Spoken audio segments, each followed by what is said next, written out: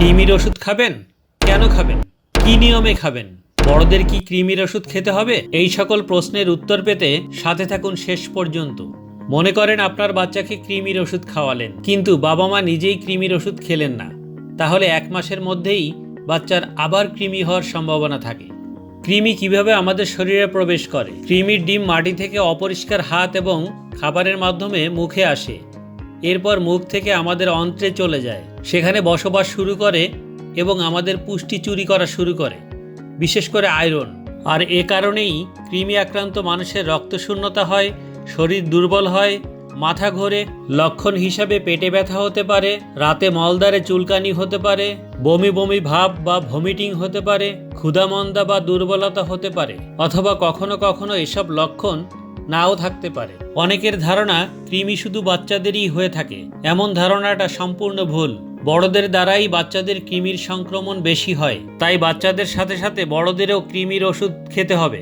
চলুন কৃমির ওষুধ সম্পর্কে জানা যাক। বাংলাদেশে সবথেকে ব্যবহৃত কৃমির ওষুধ 2টি। একটি মেবেন্ডাজল, যা সোলাস নামে মার্কেটে পাওয়া যায়, এবং অন্যটা অ্যালবেন্ডাজল, যা অ্যালবেন বা অ্যালবেন ডিএস নামে পাওয়া যায়।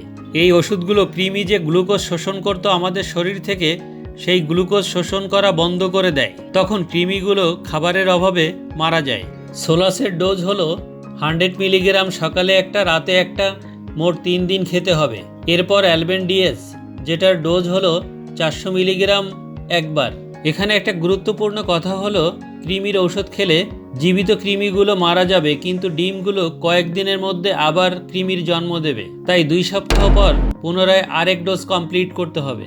বাংলাদেশের প্রেক্ষাপটে কৃমির ওষুধ প্রতি 6 মাস পর পর পুরো পরিবারের সকলের খাওয়া উচিত। তবে গর্ভাবস্থায় প্রথম 3 মাস এবং 2 বছরের কম বয়সী বাচ্চাদের এই ওষুধ সেবন করা থেকে বিরত থাকা উচিত। ওষুধের পাশাপাশি কিছু নিয়ম মেনে চলা আবশ্যক, যেমন খাবার খাওয়ার পূর্বে এবং টয়লেটের পরে ভালোভাবে সাবান দিয়ে হাত ধুতে হবে। হাতের নখ সবসময় ছোট রাখার চেষ্টা করতে হবে এবং পুরো পরিবারের একসাথে চিকিৎসা নেওয়া উচিত। ঔষধের পাশাপাশি নিয়ম মেনে চলি, সুস্থ থাকি, কৃমি থেকে দূরে থাকি। ধন্যবাদ।